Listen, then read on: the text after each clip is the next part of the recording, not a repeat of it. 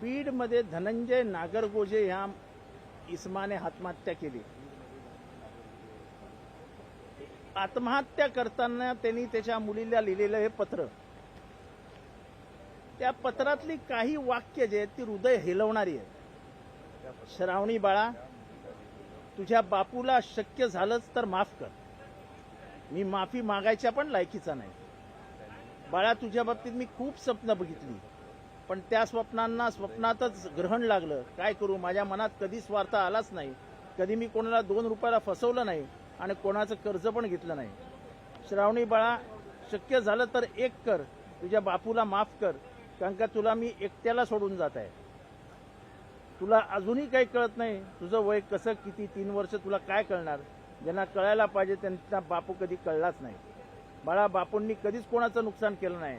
तुम्हा सर्वांबाबत छान वागला, पण या नालायक राक्षस लोकांनी माझ्या अंधारातून खूप छळ केला.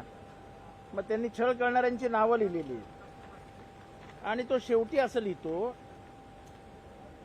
तुला पाहायची माझी खूप इच्छा होती, पण मी एक दळबद्री बाप तुझ्या वाट्याला आलो.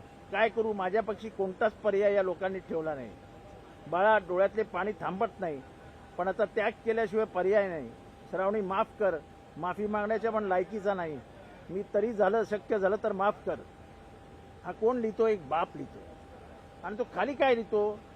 विक्रम बाबूराव मुंडे, विजयकांत विक्रम मुंडे, अतुल विक्रम मुंडे, उमेश रमेश मुंडे, ज्ञानेश्वर राजेभाऊ मुरकुटे, गोविंद नवनाथ आव्हाड हे सर्व माझ्या आत्महत्येला कारणीभूत आहेत.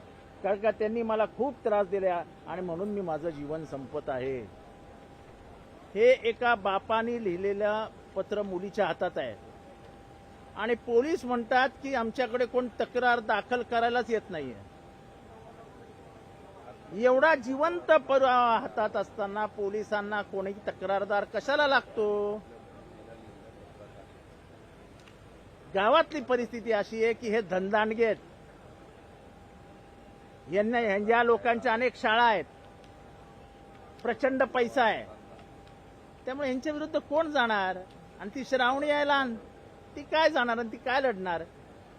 पण म्हणून आपली सामाजिक जबाबदारी संपते का? मला यंत्रणेला प्रश्न विचारायचा आहे की आपलं हृदयामध्ये कालवा कलव होते की नाही जेव्हा बाप लिहितो, श्रावणी मला माफ कर, मी तुझा गुन्हेगार आहे. त्या पोरीच्या मनावर झालेले परिणाम आणि त्या बापाच्या अंतिम समय त्यांनी लिहिलेलं हे पत्र, हे दोन्ही वाचल्यानंतर आपल्या डोळ्यात पाणी येत नाही का?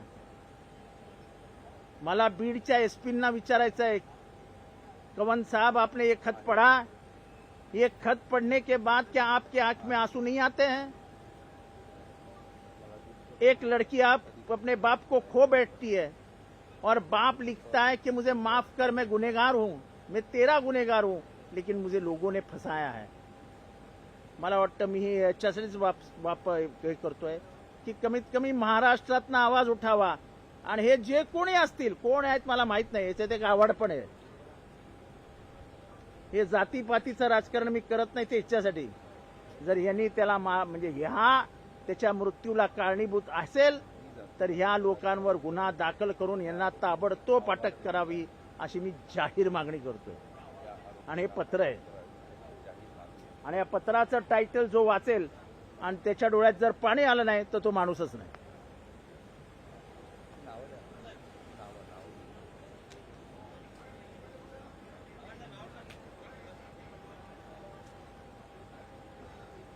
हिंदी कुठे जाणार आहे?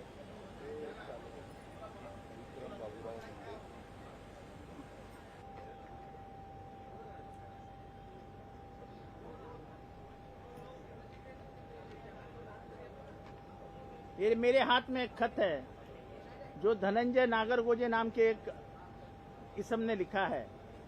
ये खत उसने अपने बेटी को लिखा है. जब उसने खुदकुशी की, उस खुदकुशी करने के पहले उसने खत लिखा है और कहा है बेटी से, बेटी मुझे माफ कर देना, मैं तेरा गुनहगार हूं, लेकिन मैंने जिंदगी में कोई गलती नहीं की, मैंने किसी को फंसाया नहीं, लोगों ने मुझे फंसाया और मैं उस फंसाने के कारण आत्महत्या कर रहा हूं. उसने नीचे नाम भी लिखे हैं. लेकिन ये खत पढ़ने के बाद अगर कोई इंसान के आंख में आंसू नहीं आएंगे तो इंसान इंसान ही नहीं है। मैं पुलिस से सवाल पूछना चाहता हूं कि आप बोल रहे हैं कि कोई सामने आ नहीं रहा है कंप्लेंट करने के लिए, कैसे आएंगे? ये जितने भी नाम लिखे गए ये सब वहां के दादा, वहां के पैसे वाले लोग हैं। वो बेटी श्रावणी की क्या हिम्मत है कि ये गांव के इन अमीर लोगों के सामने खड़ी हो जाए? मैं पुलिस से सवाल पूछना चाहता हूं, क्या ये खत काफी नहीं है? जिसने खुदकुशी की है वो खुद कहता है कि इन लोगों के वजह से मैं खुदकुशी कर रहा हूं। उसने नाम भी दिए है, विक्रम मुंडे, विजयकांत मुंडे, अतुल मुंडे, रमेश मुंडे, ज्ञानेश्वर मुरकुटे और गोविंद नवनाथ अवाड़। अब ये नाम देने के बाद अगर पुलिस कहती है कि हम, तो कल खरे सरेआम रास्ते पे मर्डर हो जाएगा और मर्डर करके लोग चले जाएंगे और फिर पुलिस कहेगी कि कोई कंप्लेंट करने नहीं आया है। तो इसमें कानून का राज होने वाला है कि गुंडों के हाथ में महाराष्ट्र चले जाने वाला है? एक बार तय कर लो। कोई आत्महत्या करता है, कोई खुदकुशी करता है और पुलिस कहते हैं कि कंप्लेनेंट नहीं है, तो इसके बाद तो मर्डर को भी कंप्लेनेंट नहीं मिलेंगे। तो फिर क्या मर्डर का गुनाह जो भी हुआ है मर्डर में, उसका एफआईआर नहीं होगा? एफआईआर करने के लिए मेरे पास आदमी नहीं, इसलिए एफआईआर नहीं करोगे? पुलिस सू मोटो एफआईआर करवा सकती है क्योंकि ये उसका लिखित खत उसके बेटी के हाथ में है।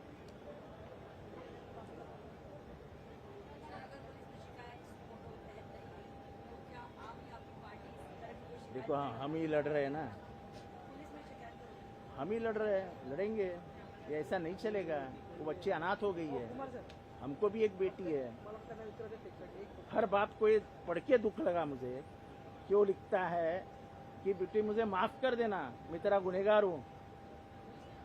अगर ये शब्द सुन के अपने आंख में आंसू नहीं है तो अपना दिल पत्थर दिल हो गया है।